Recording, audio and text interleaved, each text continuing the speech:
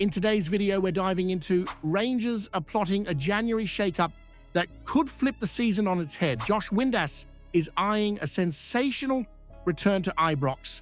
Graeme Souness is demanding a ruthless four-man overhaul to drag the team back to glory. Nicolas Raskin might be shown the door as doubts grow over his place in Govan. And a 6'4" Norwegian beast is being lined up to anchor the midfield and restore the fire we've been missing. This window could define the future of the club. Strap in, you don't want to miss a second of what's coming. Well, Josh Windass, the name you maybe thought you'd never hear, linked with Ibrox again, but here we are closing in on the January window, and Danny Rohl's got his eye on an old flame. The same Windass who once lit up Govan with his flair and goals back in 2016 to 2018, now making headlines again at the ripe age of 31. He's banging them in for Wrexham, 6 goals, 3 assists, a big chance conversion rate of 80%. And despite playing in a red kit that makes you squint, he's been one of the few bright lights in the English Championship this season. The catch? Wrexham aren't daft. They're flush with Hollywood cash and won't let him go for pennies just because we're asking nicely. Now, let's be honest, you've seen what's happening in the final third at Ibrox. It's like trying to squeeze Brew from an empty can. Danilo's stop-start.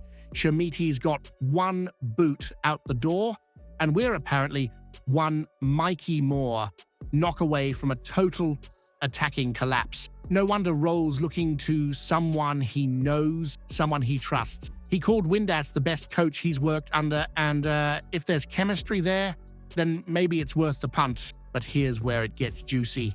Despite the links and speculation, Rangers haven't made a single official move, not a bid, not even a whisper over the facts. And Windass's Dean has taken to social media with a shrug and a wee emoji. Cryptic? Maybe. Or maybe he knows something we don't. Let's not forget, Windass admitted earlier this year that he regretted leaving Ibrox, said it was all about chasing a bigger wage, called it a stupid decision. That sort of honesty sticks, doesn't it? Maybe it's time for redemption. But here's the thing I want you to chew on. If Rangers are scraping the bottom of the barrel for transfer funds, is going back to Josh Windass, someone who walked away from Ibrox once before for money, the right message to send in a title race? Or is he exactly what we need to drag this team over the line when everyone else is misfiring? Would you welcome Josh Windass back with open arms, or should Rangers be aiming far higher than a 31-year-old with baggage and a regretful past?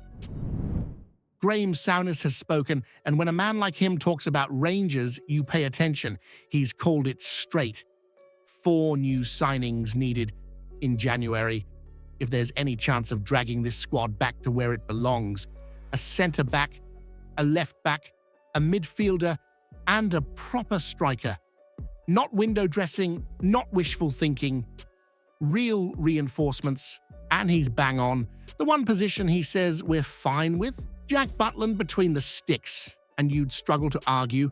The big Englishman's been one of the few consistent performers this season, standing tall while chaos unfolds in front of him. But elsewhere, it's a patchwork squad hanging on by a thread. In defense, we're a pulled hamstring away from total collapse. Sutar's crocked, Cornelius is missing, and Giga's away chasing glory with his national side. In midfield, Raskin's form has fallen off a cliff. And up front, let's not pretend no one knows who the main striker is anymore. Rohl's tried the lot.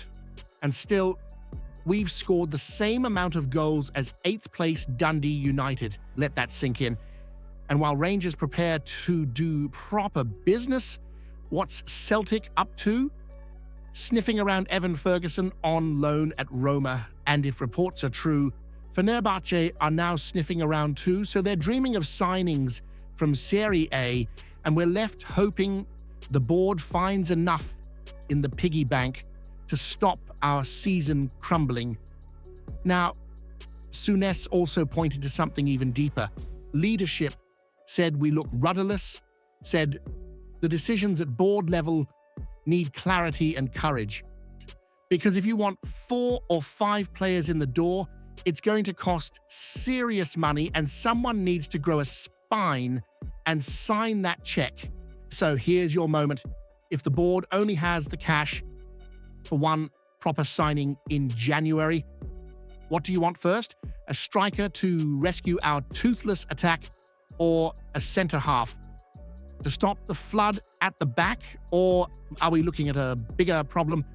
Has this squad been allowed to rot so badly that even 4 that new faces won't save it? Should Rangers match Celtic's ambition in the transfer market this January, or are we being left behind while they chase Europe and we settle for scraps? Right, let's talk about Nicolas Raskin, and I won't sugarcoat this. It might be time to show him the door. Now, before you start shouting at the telly, hear this out. When Russell Martin froze Raskin out at the start of the season, folk were up in arms, but maybe, just maybe, Martin was onto something, because since then, what exactly has Raskin offered? A handful of decent shifts, a few tidy passes, not nearly enough for someone who was tipped to run the midfield at Ibrox. Besiktas are interested, and it's no surprise. He's still got that Belgian passport, the flair, the tidy feet. He looks like a footballer, but at Rangers, you can't just look the part. You need to deliver it every single week.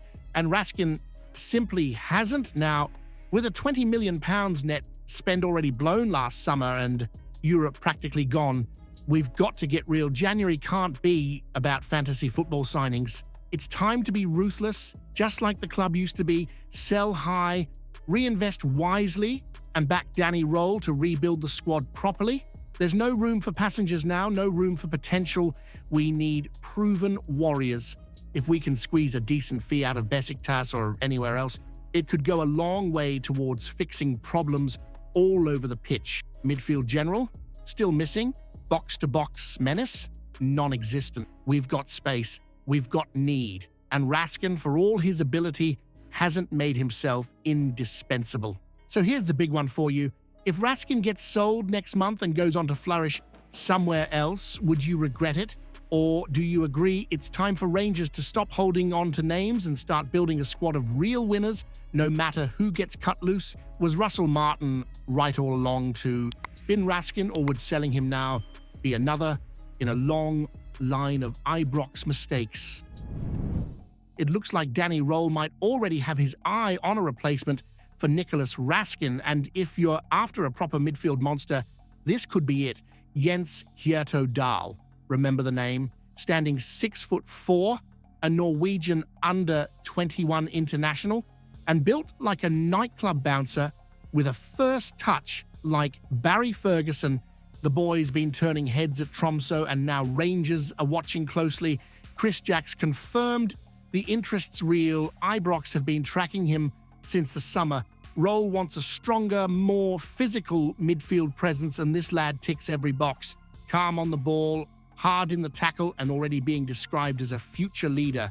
Now look, this won't be a cheap punt. Tromsø are after more than £3.5 million. But let's be honest, if this Dahl fella brings the grit and composure we've been crying out for, that's not just a signing, that's an investment.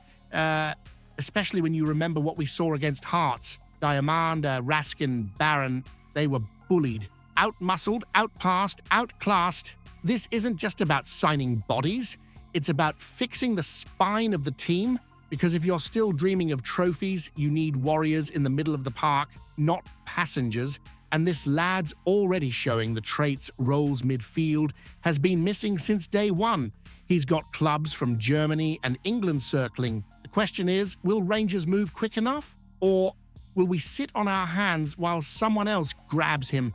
If Dahl ends up choosing a move to the Bundesliga or the English Championship over Ibrox, what does that say about where Rangers stand in the European pecking order right now? Are we still seen as a destination, or just a stepping stone that's lost its shine? Like the video, drop a comment, and subscribe for daily Rangers news.